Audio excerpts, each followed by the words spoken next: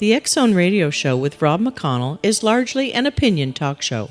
All opinions, comments, or statements of fact expressed by Rob McConnell's guests are strictly their own and are not to be construed as those of the X-Zone Radio Show or endorsed in any manner by Rob McConnell, Relmar McConnell Media Company, the X-Zone Broadcast Network, its affiliated networks, stations, employees, or advertisers.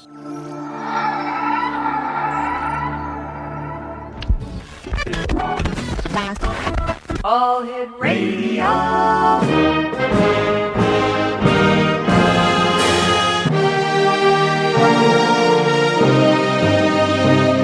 Welcome to the X-Zone, a place where fact is fiction and fiction is reality. Now, here's your host, Rob McConnell. And welcome back to the X-Zone, everyone. My name is Rob McConnell, coming to you from our studios in Hamilton, Ontario, Canada. Toll-free worldwide, 1-800-610-7035. Email xzone@xzoneradiotv.com. On MSN Messenger, xzoneradiotv@hotmail.com, and our website, www.xzoneradiotv.com. And to listen to any of the past shows that we've done since November of 2009, www.xzonepodcast.com. My guest this hour is Russell Targ. We're going to be talking to Russell about his new book, Do You See What I See? Lasers and Love, ESP and the CIA and the Meaning of Life. Now on paper, Do You See What I See? A droll memoir by a world-class physicist that includes recollections of his involvement with pioneering laser research, encounters with many of the most recognizable literary, cultural, and entertainment figures of the 20th century, and his role in teaching ESP techniques to the CIA. Now, Russell Targ is a Zelig-like character. His story is an idiosyncratic journey through the highways and byways of American intellectual, scientific, and cultural life in the 20th century. Along the way, he rubbed elbows with Ayn Rand, Alan Greenspan, Alan and Arlene Alda, Bobby Fischer, and Sally Rand. He was a pioneer in laser research and spent many years developing airborne laser wind sensors for Lockheed and NASA. In addition, he co-founded the Stanford Research Institute Remote Viewing Program, or viewing program, which was funded by the CIA, and was instrumental in tracking Soviet and Chinese weapon installations during the Cold War. And to round it out, he is legally blind, and he's a motorcyclist who happens to be a Buddhist. In this fascinating memoir by a first-class intellect, the story of a physicist who has pushed the boundaries of science to explore the realms of parapsychology, spirituality, and the unexplained. Joining me this hour is Russell Targ. And Russell, welcome back to the X-Zone. Great having you with us, sir. Well, it's a very nice introduction. It sounds like if you live long enough, you get to do a lot of interesting things. And meet a lot of interesting people. Yes. So I grew up in New York where I was doing magic and physics. Then I came to California and started this ESP research program with the CIA, teaching them how to be psychic, and we just went on from there. Russell, you and I have... It was the magic that led me to ESP research. When you stand on the stage doing a magic trick, pretending to read minds, a magician will often have information come to him beyond what he should get from the trick that he's doing. And I was recently on the air with Melbourne Christopher and the great Kreskin. Yes. And they agreed that although they're not enthusiastic about psychic stuff, that sometimes they can supplement their act with whatever ESP comes their way. Russell, stand by. We've got to take a 2-minute commercial break. We'll be right back. X-Zone Nation. Russell Targ is our very special guest this hour. www.espresearch.com. We're talking about Russell's new book, Do You See What I See? Lasers and Love, ESP and the CIA, and the Meaning of Life. We'll be back on the other side of this 2-minute commercial break. Don't go away.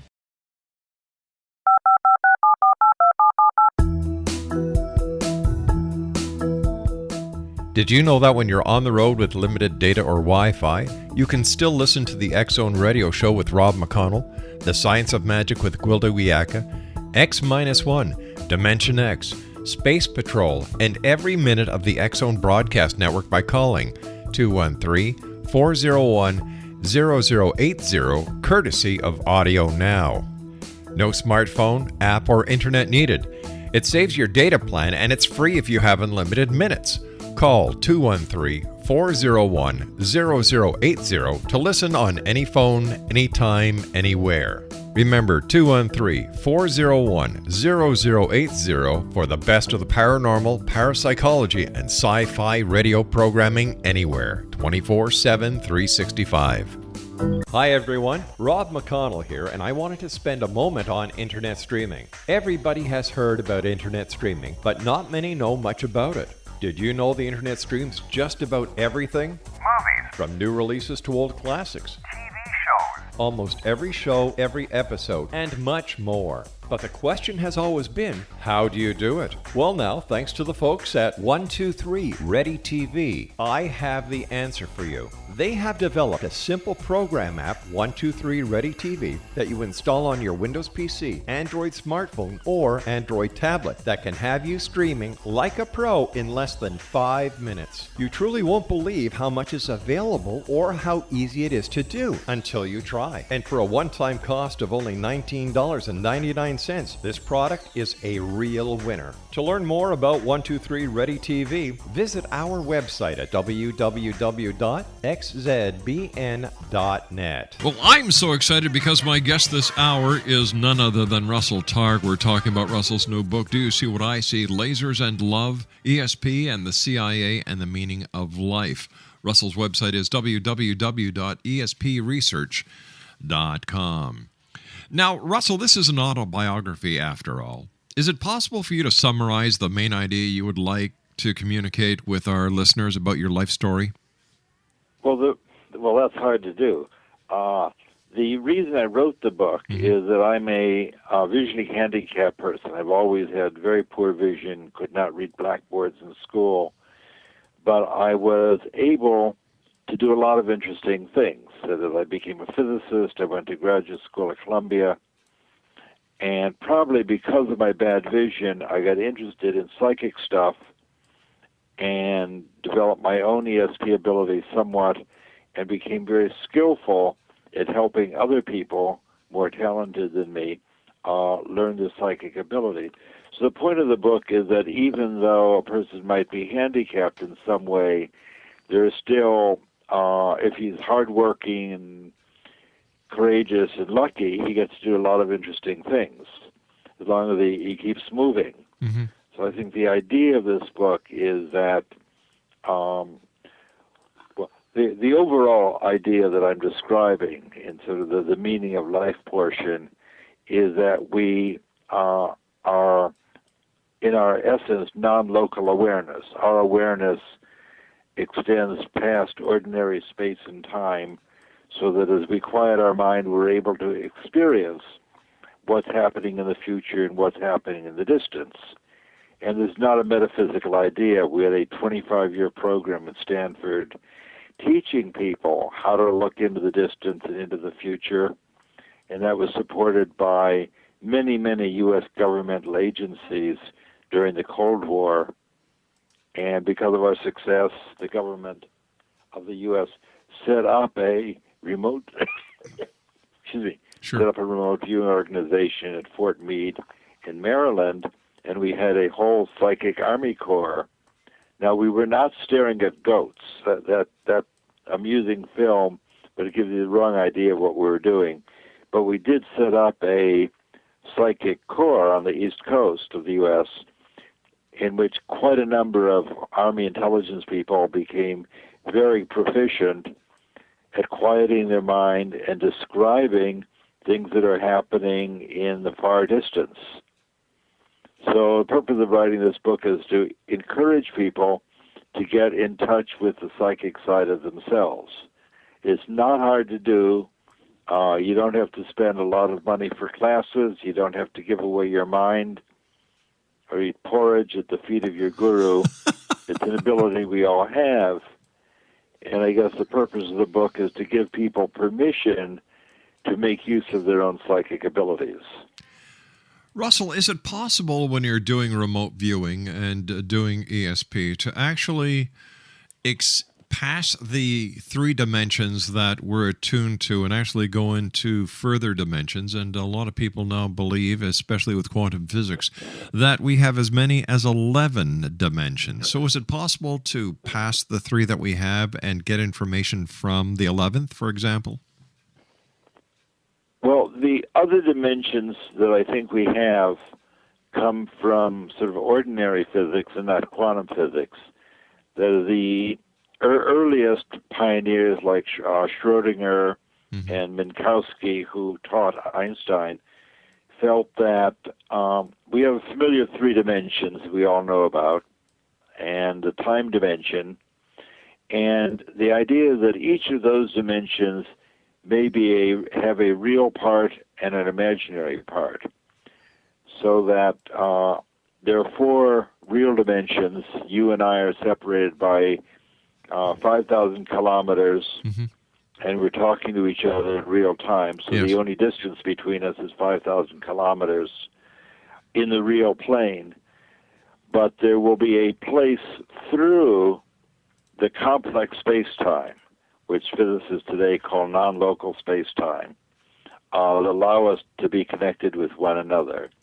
So if I held up an interesting object here and asked you to quiet your mind, maybe not while you have a mic in one hand, you could describe my object with no trouble. And it's as though through the complex space-time, there's no separation between us. The Buddhists have said for 2,500 years that separation is an illusion. So it's not like we're creating additional dimensions. I'm not pulling you into the so-called fourth dimension. But physicists agree now that we live in a non-local space-time. And that a non-local space-time means that phenomena that occur in seemingly distant places are not so far apart. But it does not pertain to the 11 dimensions of string theory. That's a conjecture and is not known to be true. The fact that psychic abilities are independent of space and time is known to be true. The ESP researchers don't know a lot about how ESP works, but we are all absolutely convinced that psychic functioning is independent of space and relatively independent of time. And I'll just say it again, it's no harder to describe something that's going on 5,000 kilometers away than it is to describe what's going on across the street. That spatial distance does not interfere with your ability, and looking a few days in the future is just as easy as describing something contemporaneous. For example, one of our most famous exploits at Stanford was describing changes in the silver commodity market. And we did that 9 weeks in a row. Every Monday, a psychic would try and describe what we would hand him the following Friday, 5 days in the future. And the object we would hand him was keyed or associated with whether the market would go up or down, up a little or up a lot. And he was correct 9 times in a row, and we made $120,000 back in 1982 when $120,000 was a lot of money. So the fact that we were looking 5 days in the future in no way interfered with this fellow's ability to describe on Monday what we'd hand him Friday. Is the U.S. government and other governments of the world still using remote viewing and ESP as a way of gathering intelligence? I certainly hope so, but I have no knowledge that they're doing that. Our program at Stanford ended in 1995 when Robert Gates, who's now Secretary of Defense, at that time he was head of the CIA, Gates closed down our program in 95, saying that America no longer had any enemies, so we no longer needed a psychic corps because we ordinary CIA could deal with the problems. That was 95. And of course, we went about a decade before we had to deal with Osama bin Laden. That's right. But there might be a secret psychic corps in the basement of the Pentagon that I don't know about. For example, I know that the CIA approached some of our best remote viewers on a freelance basis to do things for them. My experience is that doesn't work so well, because although remote viewing seems transparently easy, to actually do an operational task requires some skill, both from the interviewer and, of course, from the viewer. So I hope that they're still doing it in the basement of the Pentagon, but so far as I know, the government does not have any psychic program at the present time. Russell, with Osama bin Laden still being at large, and with someone with your abilities and the other researchers that you worked with in the past when you were doing work with the CIA and other governmental agencies, why wouldn't they call you up and say, Russell, we would like you to come and help us find Osama bin Laden? Would be a good idea. Yeah. We were supported by an unusual cadre of very courageous, successful, intelligent people in Defense Intelligence Agency, in the CIA, in Air Force intelligence. So we had a collection of head of the agency sized people who were very smart and open-minded. Mm-hmm. But there are always people who are principally religious fanatics, fundamentalists, who hate ESP and are afraid that psychic abilities are from the devil. And there are people like that still in Congress. So our government agency, the CIA and Defense Intelligence Agency, were teased by other people for supporting us. The fact that we continue to bring in valuable information is what kept our program going for 23 years. And let me tell you, the most unlikely paranormal thing in our program is that we kept going for 23 years. That is probably the longest running program in the history of the government. I'm going to try and find out if that's true. It's very, very hard to get follow-on money. For example, when I was at Lockheed, we were building laser systems to prevent airplane crashes, and that worked very well.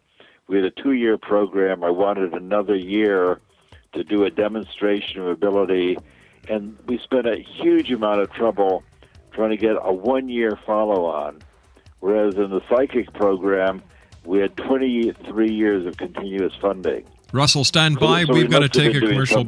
We've got to take a commercial break. We'll be right back with the news. X-Zone Nation, Russell Targ's our very special guest. Always a great honor to have Russell with us here in the X-Zone. His new book, Do You See What I See? Lasers and Love, ESP and the CIA and the Meaning of Life. His website, www.espresearch.com. We'll be back after the news. Don't go away.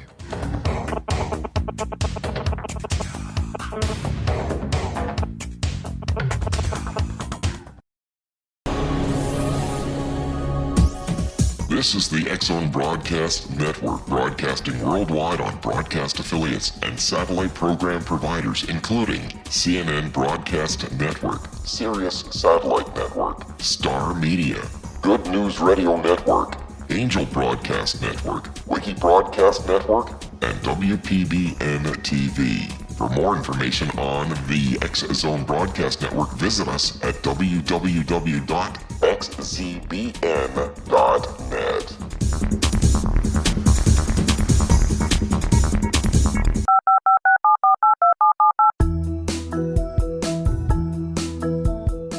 Did you know that when you're on the road with limited data or Wi-Fi, you can still listen to the X-Zone Radio Show with Rob McConnell, The Science of Magic with Gwilda Wiyaka, X-1, Dimension X, Space Patrol, and every minute of the X-Zone Broadcast Network by calling 213-401-0080, courtesy of Audio Now. No smartphone, app, or internet needed. It saves your data plan and it's free if you have unlimited minutes. Call 213-401-0080 to listen on any phone, anytime, anywhere. Remember 213-401-0080 for the best of the paranormal, parapsychology, and sci-fi radio programming anywhere, 24/7, 365. Hi everyone, Rob McConnell here, and I wanted to spend a moment on internet streaming. Everybody has heard about internet streaming, but not many know much about it. Did you know the internet streams just about everything? Movies, From new releases to old classics. TV shows, Almost every show, every episode, and much more. But the question has always been, how do you do it? Well now, thanks to the folks at 123 Ready TV, I have the answer for you. They have developed a simple program app, 123 Ready TV, that you install on your Windows PC, Android smartphone, or Android tablet that can have you streaming like a pro in less than 5 minutes. You truly won't believe how much is available or how easy it is to do until you try. And for a one-time cost of only $19.99, this product is a real winner. To learn more about 123 Ready TV, visit our website at www.xzbn.net. Exonation, Russell Targ is our special guest this hour. It's always great having Russell here with us in the Exxon. His new book that came out in March of this year, Do You See What I See? Lasers and Love, ESP and the CIA, and the Meaning of Life. His website is www.espresearch.com. Russell, someone was telling me that you have an ESP teaching, what are they called for the iPhone? An app. You could call it a teaching machine. Our first program to show people how to be psychic was a gadget that I had made in the 1970s to help people develop their ESP. When there's a time when teaching machines were all the rage in the schools, and I brought this to a NASA conference on speculative technology. This is a electronic device that allows you to choose one of 4 colored pictures that are in front of you. You touch one, and hopefully you touch the one that's going to ring a bell, show you a picture, vibrate in your hand, and give you feedback, and you learn that was correct. So I brought this machine to a NASA conference where I met Werner von Braun and Arthur C. Clarke and a bunch of NASA notaries, notable people, and they gave us our first money at SRI in 1972 because von Braun did excellently with the ESP teaching machine. And we had a program at Stanford for a year where we worked with 150 people and found that many of them were able to get in touch with the part of themselves that's psychic, improve their ESP, and it's a year-long program with this ESP device. And I'm now a Apple enthusiast. I love my iPhone. So I wrote a ESP game, an application for the iPhone, which is free, and this is called ESP Trainer, a free download from the application store from iTunes, and you can have this NASA-developed ESP game on your iPhone at no cost. And people are now writing to me about very high scores. A single run with this game is a run of 24, and because there are four buttons to push, you would expect people to get 6, and many people are getting 12 or 14. It's astronomical high scores, and that interests me. So I'm in touch with all these high-scoring people, and it's a free application that lets you get in touch with your psychic abilities and improve it. Russell, why do you... The name is ESP Trainer. Russell, why do you think people are getting such high scores these days? Well, that greatly interests me. I think that I have 7,500 downloads, so I have a big pool of people who are playing with this. And I think some of them are sitting home quietly, simply. The trick is, with this game, you just learn what nobody's watching you, the sort of thing you do in the privacy of your own home, and you can learn what it feels like when you press the button, that's going to ring the bell and show you a picture. It's just quiet.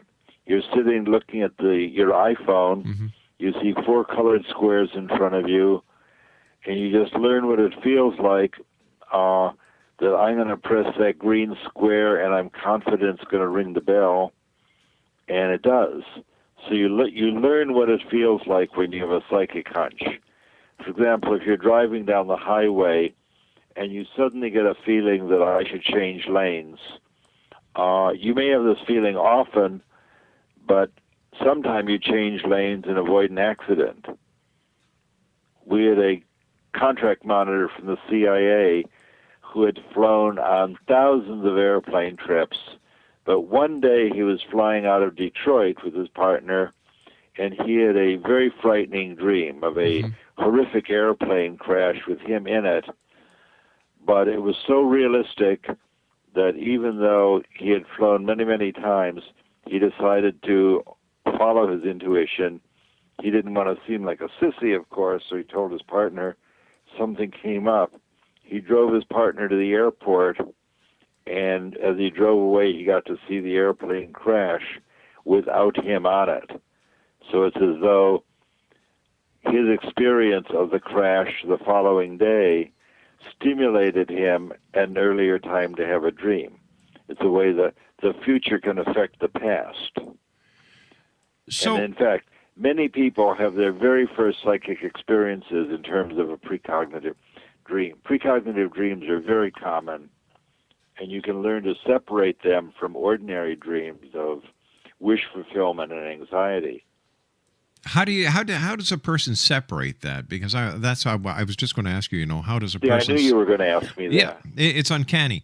It's truly uncanny. So how does a person actually tell the difference between a precognitive dream and a wishful dream?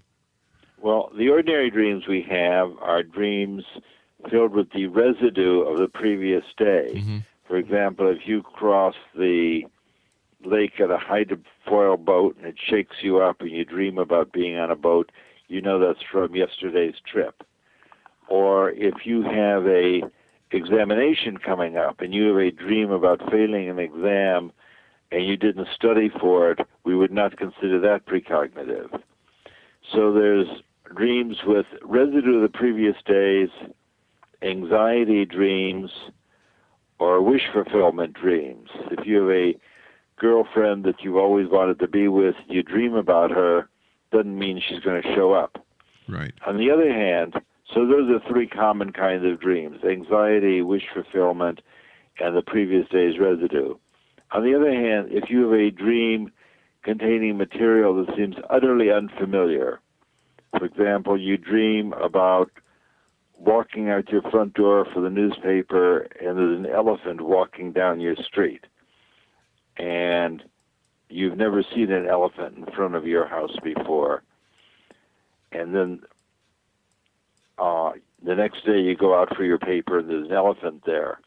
So I would say the next day the elephant was the cause of your dream the previous night. So one way you can tell that the dream is precognitive is if the dream contains material that's bizarre and unfamiliar to you, not part of your normal repertoire of things that you would think about or dream about. Also, dreams that tend to be unusually, preternaturally clear or bright or vivid tend to be precognitive. And the way to tell which dreams are precognitive is to start writing them down. Carl Jung wrote about this in his very nice books, Dreams, Memories, and Reflections. And what he said is, if you want to get in touch with your dream life, you should have a little notebook by your bed. And before you get up in the morning, before you move, write down the dreams that you've had, especially the dreams you had on awakening, and you'll be able to tell the dreams that are just bubbling up from your subconscious and the dreams that are brought to you by the future. And you can learn to incorporate it. I mean, that's useful information. And creating a little dream diary is quite a helpful thing to do to learn about who you are and what's waiting for you in the future. Now, We've had many psychics on this show, Russell, and there are psychics who claim to be psychics that I don't think are more psychic than one of my two Shih Tzus. Then you come across the psychics who you take a look at their predictions and you say, okay, based on the world events of today, this is what I would consider to be an educated guess. I have yet, Russell, to have a psychic on the show that blows me away. I've had psychics come on the show who are so self-confident that they actually send me 2 months ahead of time what is going to happen. Nothing happens. Then I ask the question, well, if psychic ability is real, how come psychics don't predict world events? For example, none of the psychics that we've had on the show have, were able to predict the earthquake in Chile, the earthquake in Jamaica or Haiti, the oil disaster in the Gulf. So what would one do to validate psychic ability compared to bad showmanship? I think that's a good question, and in a way that's what I was talking about when you said, why doesn't the government do ESP experiments? Okay. And the problem is forecasting world events invites the psychic, quiet your mind, look out in the world, and tell me what's new. Mm-hmm. Well, that's really not a question. A psychic that is asking the psychic what's new or what's going to happen that's exciting is sort of not a well-defined question. If you ask a psychic, tell me about the picture that will appear on tomorrow's New York Times front page, that's something he can sort of bite into. Mm-hmm. The front page of the Times is not yet composed. No living person knows what's going to be on that front page picture, but that would be a reasonable task for a psychic. Tell me about the picture that I'm going to show you on the front page of the New York Times. And we've done many, many experiments like that. Or I could ask my psychic, as we did in the silver forecasting, right. Here we are on Monday morning. Joe down at Montgomery Street has 4 objects sitting on his desk. I don't know what they are, but he will give you one of them next Friday, 5 days from now, depending on the silver market. Tell me about the object that I'm going to put in your hand on Friday. What does it feel like? What does it look like? What's the texture? Now, that's a perfectly good precognition because it's determined by changes in the silver market. Nobody knows that. But it gives him something concrete upon which to focus his mind. So and we've had very good success with that kind of thing. We did an experiment with the CIA with Ingo Swann, great New York psychic, where they said, here's some geographical coordinates. We want to know what's going to happen there on Friday, and here we are on Tuesday. I'd like you to please look 3 days in advance and describe what's going to happen at these coordinates. And he said, well, I see a group of trucks in the background, and there's some kind of beautiful pyrotechnic display going on. Big hemispherical colored display. Get me my colored pencils. And he drew this beautiful hemisphere. It looked like a great fireworks display. 3 days later, the Chinese at that place did a atomic bomb test which failed. And what the CIA got to see at that time was what the effects of burning uranium in the air, which is a pyrotechnic display rather than a mushroom cloud. So Swann was able to describe this extremely unlikely event 3 days in the future, but working with an interviewer who was able to focus his attention on the point in space-time, 3 days in the future at these coordinates, what do you see? That's a much more doable task than look out in the planet and tell me what's exciting that's going to happen at some unknown place at some unknown time. Because in a way, the short answer to your question, there are no signposts along the timeline. As you look along the timeline, there's no post that says, this is Monday, this is Tuesday, this is Wednesday. So a guy may look out and say, oh my God, I see a building that's going to be hit. but he's not able to read the street signs, and he can't see the timeline. So saying a building is going to be on fire someplace, sometime in the future is not useful information. So ESP is very useful at finding things if you know what you're looking for and know what time to... If you could give him the coordinates, that's really the answer. We live in this large non-local space-time. Right.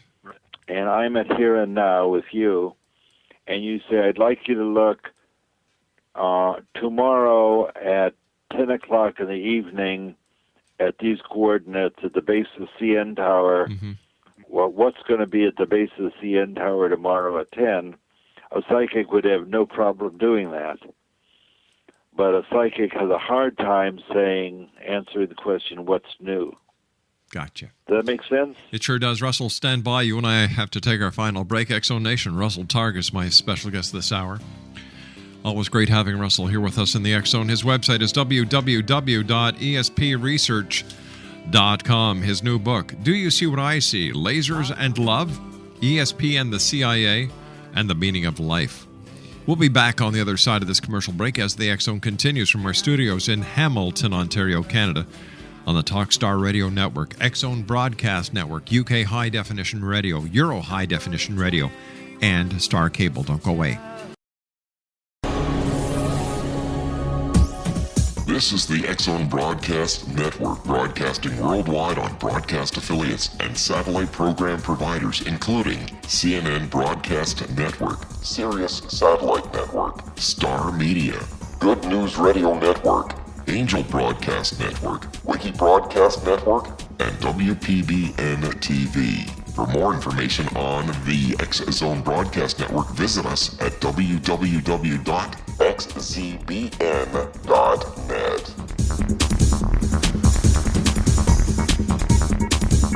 X Zone Nation, Russell Targ is our special guest. It's always a great pleasure having Russell here with us in the X Zone. His website is www.espresearch.com. One quick question, Russell, to finish off what you and I were talking about in the last segment.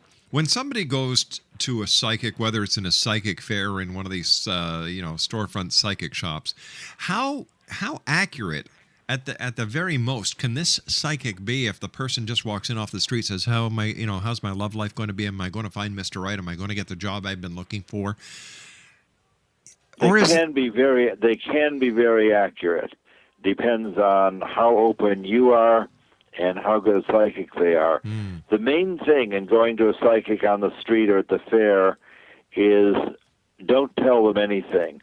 An experienced psychic doesn't want to know anything. They don't want to know your name or where you're from or if you're married or almost what your question is, because everything you tell the psychic provides mental noise, analytical information. Right. And analytical information is the enemy of ESP. So if I come in and say, I'm a 70-year-old physicist from California, married for so many years, and I would like to know such and such, well, I have just so front-loaded them, as we would say in the Army program, that I've just created so much noise it would be almost impossible for them to do anything for me psychically, because I've built up such a big mental picture out of analytical information that it would overcome their psychic abilities. So an experienced psychic will immediately say, don't tell me anything. Everything you say makes it harder. But an experienced psychic can indeed give you prodigious amounts of information. So if a person goes to a psychic at a psychic fair where there's 15, 20 different psychics, people milling around, I don't... Based on what you just said and based on my own personal observations, I don't think it's possible for a psychic at a psychic fair to give an accurate reading based on all the chatter that they must be experiencing in their minds. Well, I had a friend who visited a psychic fair, and the psychic said, I don't normally do this, but do you have a friend who died recently? And my friend said yes.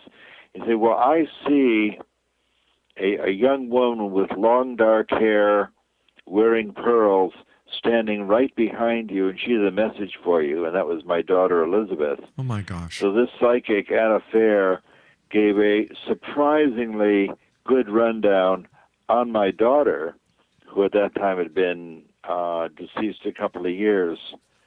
And my daughter just popped up behind my friend, who was very close to my daughter. So you sometimes get, and this was unasked for. My friend wasn't looking for information about Right. Elizabeth, just popped up. So sometimes a psychic at a fair will just get a really clear picture and be able to provide information, though it's a poor environment. It's a psychically very noisy environment. Russell, we've just run out of time for tonight. As always, time goes by fast when you're with us. I would like to get you back in the future, Russell, and talk to you more about psychic phenomena, ESP, and the great work that you've done in the past. So until then, Russell, I want to thank you very much for joining us. And Exonation, if you'd like to find out more about Russell, his website is www.espresearch.com. That's www.espresearch.com. Russell Targ, thank you very much for being with us. Thank you very much for the opportunity. Take care, my friend. Speak to you soon. Exonation, when we come back on the other side of this break at 6.5 minutes past, more from the X Zone as we continue our investigation into the world of the paranormal and the science of parapsychology from our studios in Hamilton, Ontario, Canada.